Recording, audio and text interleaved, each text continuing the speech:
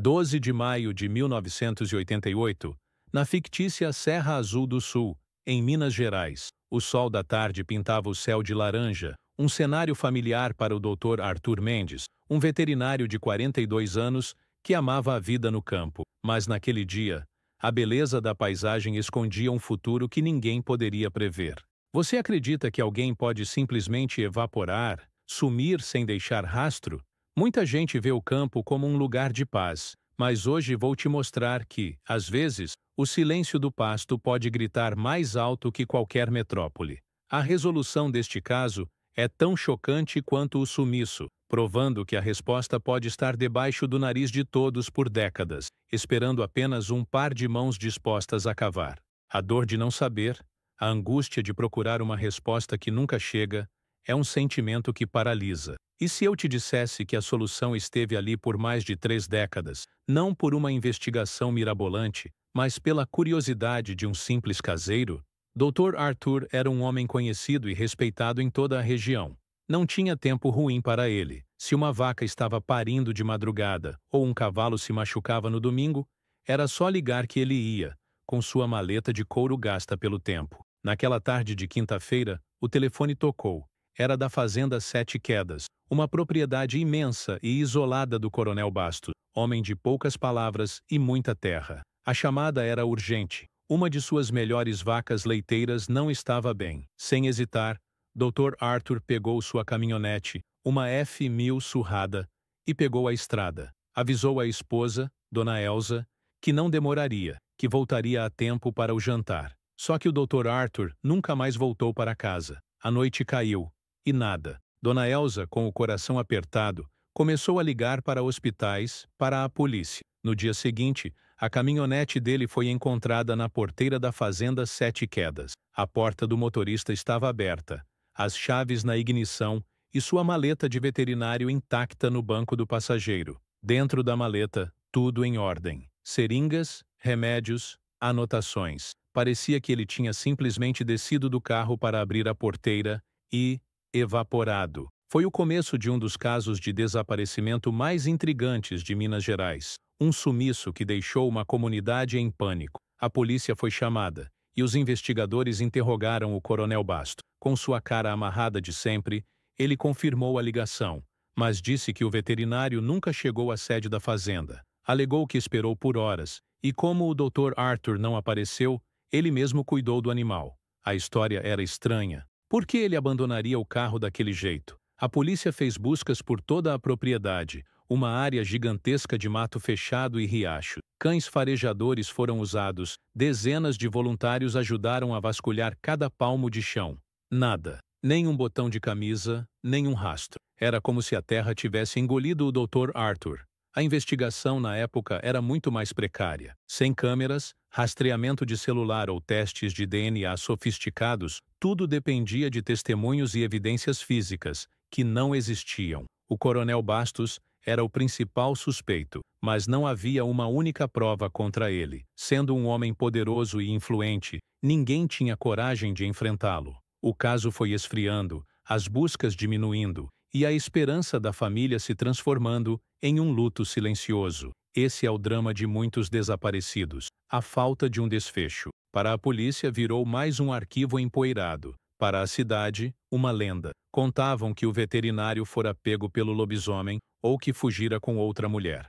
Ninguém queria acreditar no pior. Passaram-se 35 anos. Uma geração inteira cresceu ouvindo a história do Jacques veterinário que sumiu. A Fazenda Sete Quedas mudou de dono. O Coronel Bastos envelheceu e faleceu, levando consigo seus segredos. A fazenda foi vendida para um empresário de São Paulo, que contratou um novo caseiro, seu Zé. Um homem trabalhador e de pouca prosa. Chegamos a 2023. A região passava por uma das piores secas em décadas. O novo dono da fazenda pediu a seu Zé que fizesse uma limpeza geral, incluindo reativar um poço antigo de pedra, que ficava perto de um galpão abandonado, e que não era usado há mais de 40 anos. Seu Zé e o filho começaram o trabalho. Ao tirar a tampa de madeira podre, um cheiro de mofo subiu. Começaram a descer um balde para tirar a lama e o lixo acumulado no fundo. Depois de horas sob o sol quente, o balde bateu em algo duro, com um som metálico. Curioso, seu Zé iluminou o fundo do poço e viu o reflexo do metal. Com muito esforço, usando um gancho de ferro, eles conseguiram içar o objeto. Era uma caixa de metal, tipo um cofre pequeno, toda enferrujada. Com uma marreta, conseguiram arrombar o cadeado. O que encontraram lá dentro foi de arrepiar.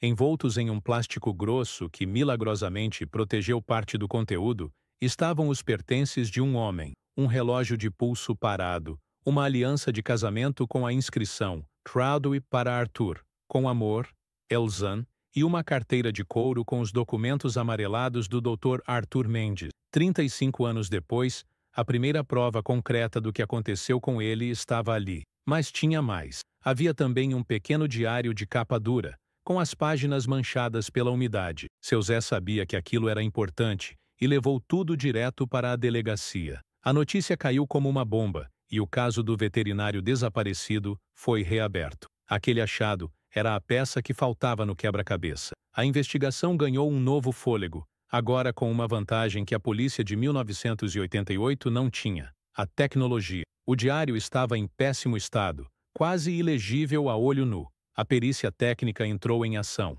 Usando técnicas avançadas de restauração, como luz infravermelha e softwares de imagem, os peritos começaram um trabalho minucioso para recuperar as últimas anotações do Dr. Arthur.